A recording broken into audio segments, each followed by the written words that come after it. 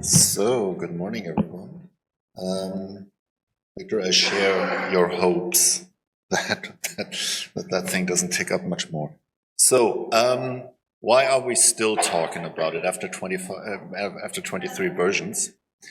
The reason is that there has been a governance document already in 2017, which by and large captured a lot of those things, how we thought that this community would work. The issue was this is kind of an aspirational or declaratory document, and everyone who has ever written more than 2 lines of computer code knows that you somehow need rules to execute stuff, and basically this is what we've been trying to do over the last 7 years, and I think this brings us would bring us a big step forward if, as this is a motion, you as a General Assembly basically make this something that we make sure that this passes. Okay, so first of all, once again, these are the documents. If you want to go through them again, on the left-hand side, this is the PDF for you to read in the privy of your home. The other one is a little bit more complex document. That's a Google Doc that still contains all the content changes versus version 22. As there has been some reorganization, it doesn't contain all the formatting changes, but everything that is important is really in this document. So what I would now like to do over the next 10 minutes, and maybe then we can go into the questions, is capture a couple of, basically the 3 most important changes, and then go to the exact effects that this will have, especially for working groups, which, as I hope, will be minimal. So first of all, whoever has looked at, or let's make it a question without Slido, who has looked at version 22 of the governance? Ah, okay. that's more than I had hoped for. Okay, so this is a 44-page document. Most people are not keen on reading 44-page documents. So therefore, one of the main things that we wanted to have here is to capture the essence of the operations of the AIRR community in as little pages as possible, and this is basically what is happening here. So the current document is split, basically taking, is this a pointer? Oh yeah, it is. Basically taking the critical parts, which is marked in red here, and basically moving them into a document that is now referred to as principles of the community, or short principles. And all the procedural stuff is moved to a separate document. And so by this one, we managed to really put everything into a little bit more than 5 pages that really finds our the major ways how we operate. And then the remaining 40 plus pages, which is something like 15 pages procedures, and then the rest is appendices, has then been moved to the rules. Now, most importantly, both of those documents still together will be viewed as our governance, and both of them basically still need the same, require the same voting requirements as before. For changing. So there is no diluting of the power of the General Assembly for that. Okay. Then the next thing is that the role of the General Assembly has been strengthened a little bit, and this is the General Assembly in session, basically like the things that we have today. Because as some of you have realized, there have been occasional online votings that basically took place at, well, basically between meetings or between sessions, and usually those really have been bugged with low attendance, and it has been this is quite problematic in terms of really participation and also democratic legitimation for us to do. So therefore, we're trying to really strengthen those sessions, and the best way for us to do this is really to have General Assemblies every year, so that the intervals between points where basically we can make decisions as a community become shorter. And with this one, a lot of more things can be pushed to the next General Assembly, and we can get rid of some of the special voting procedures that were defined remotely. Now, importantly, this does not affect the special voting procedures that we have for manuscript endorsement, because, of course, this is something that is time critical, and of course, no one can really control when this will happen. So basically, those provisions are still part of the procedures and basically can take place at any time. So whenever a working group or subcommittee thinks that they're ready to go. Okay. Last thing, one term that you will find more frequently during or in the governance is the term interval. This is traditionally has been the basically the time between AIRR-C meetings, and AIRR-C meetings were also basically when the GA was in session. These are all things that are now more formalized. So an AIRR-C meeting is a scientific conference, and the GA session takes place basically in line with that conference, or basically at that conference, but again might now also be take place online, which would probably be every second year. Now, so as a lot of the time intervals in the old or in the version 22 of the governance refer to an interval, and now we're shortening those intervals. There are a couple of passages where there is, I have to admit, slightly more complex language, which then defines, which basically all it does is it calculates the current 2-year cycle to a 1-year cycle, and therefore doubles certain term limits. But I hope basically with this explanation or with this warning, you can sort that out yourself, because once you know the intention behind it, I think it's relatively clear.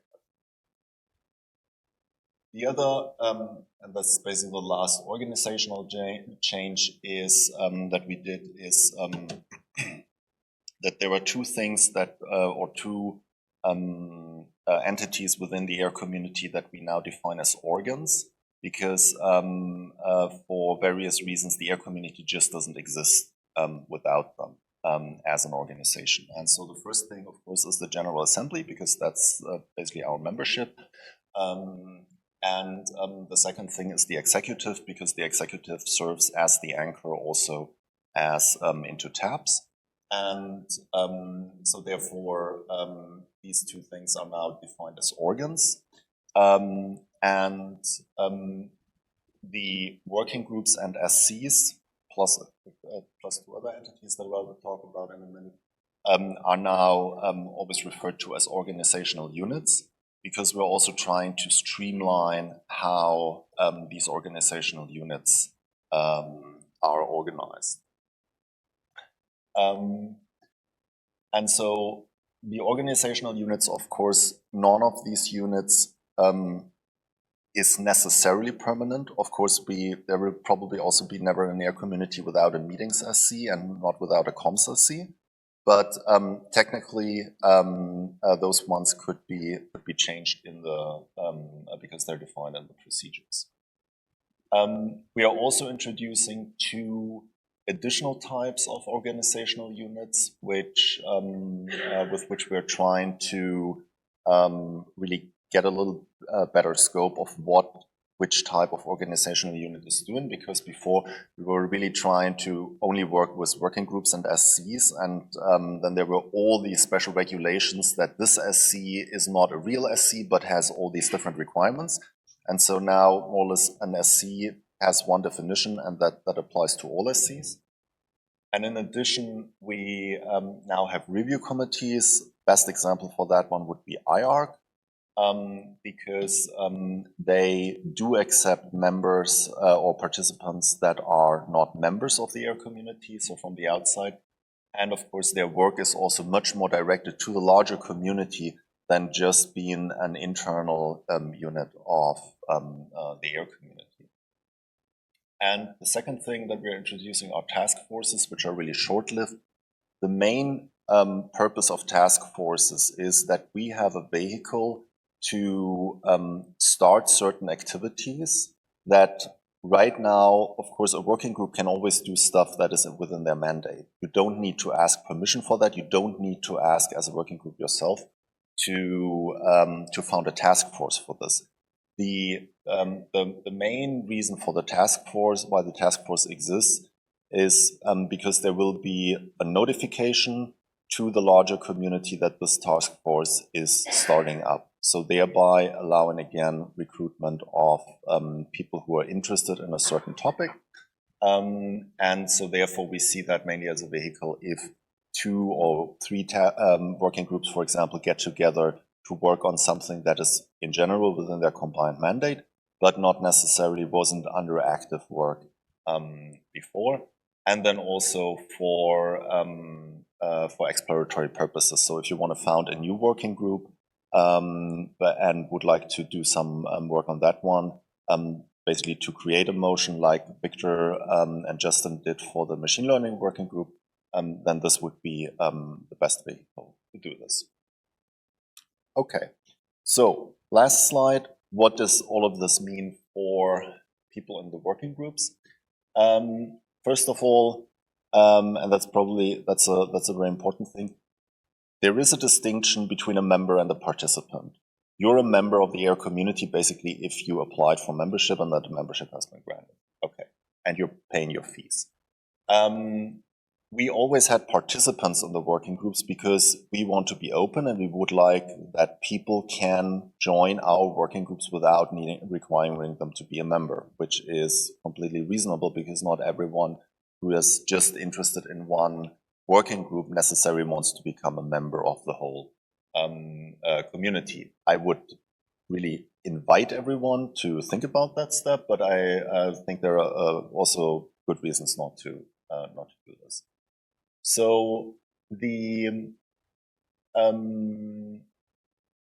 one of the problems was always that participants are allowed to vote on the leadership of a working group. This is more or less an implementation or a reflection of our core democratic values.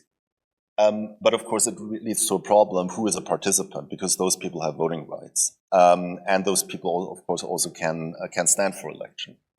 And as different working groups have different requirements, basically what they really consider to be activity, or basically people who contribute to these things, we leave this up to the working groups to define this. But what the old or the version 22 of the governance currently has in there is that the working group leads define who is a participant and who isn't a participant. But that was completely arbitrary. And so therefore, what we're now, this is a should, not a shall, but what all working groups really should do is define criteria, what is a person that participates. One hint: just being on a mailing list is not participation. These might be different things. For also, as with my head as a co-lead of standards working group, if people contribute to our GitHub but never show up on a meeting, they are a participant. If they show up in the meeting but don't contribute to the GitHub, they would also be considered to be a participant. Just being on the mailing list isn't a participant. And so I think every working group probably can find, you're not necessarily working on GitHub, but every working group can find their own rhyme and rhythm here. What is really participation? Write that down, and then basically you have something that is a little bit clearer cut than an arbitrary decision by a co-lead. Okay. Other thing, we made it a little bit simpler for the creation of a working group.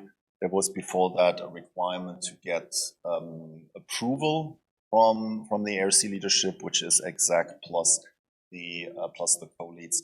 Now, basically, the votum or the review of the co-leads will be included in the motion to create that group from now on, but it's not necessarily binding. So the community or the General Assembly can still decide to create a working group. And then this is one of the parts where the language might be a little bit complicated, but we now have so the mandates of a working group typically were from interval to interval. But so for now, they will be for 2 intervals, i.e. 2 years if we're in an annual rhythm. The working group is not necessarily bound to it. You do not need to renew your mandate or continue the working group because that really runs for 2 years. But if there's anything that you would like to change, you can do that basically at the next General Assembly 1 year later. So I hope that gives a little bit more flexibility. Last thing, this is actually a change that was already introduced from basically when we changed from version 21 or version 20 to 22. So this is already in force. I'm just mentioning it because a couple of people were surprised by this. And this is that if you're an existing working group and you like to renew your mandate, you need to elect your co-leads for the next term before the next General Assembly. The reason why we're requiring to do this is not to be a pain in the neck, but because learning from experience that sometimes there have been working groups that were extended for a new mandate, but then never met. And then we have the situation that we don't know who's actually really responsible and calling the shots. And this was the simplest solution than have people in an acting role and so on, because there might have been a reason why they really wanted to step down.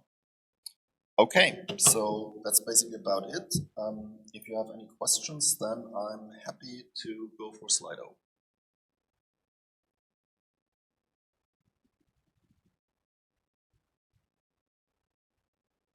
What? Slido? Sorry? Yes, sorry. So you're getting handed a microphone.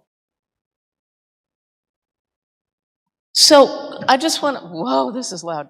So I just want to ask everyone to thank Christian for 23 rounds of governance writing. You wouldn't believe how much work that is. He's so amazing. Yay, Christian. Or 24. Okay, thanks, Jamie. Okay, so if there are no questions, then probably we're even getting better in time. So once again, opening for this one will open this afternoon. You have until Thursday. If there are any questions that come up, please address them to the exec or just catch me around here. Otherwise, I hope that this is something that the members among you can agree on. Thanks.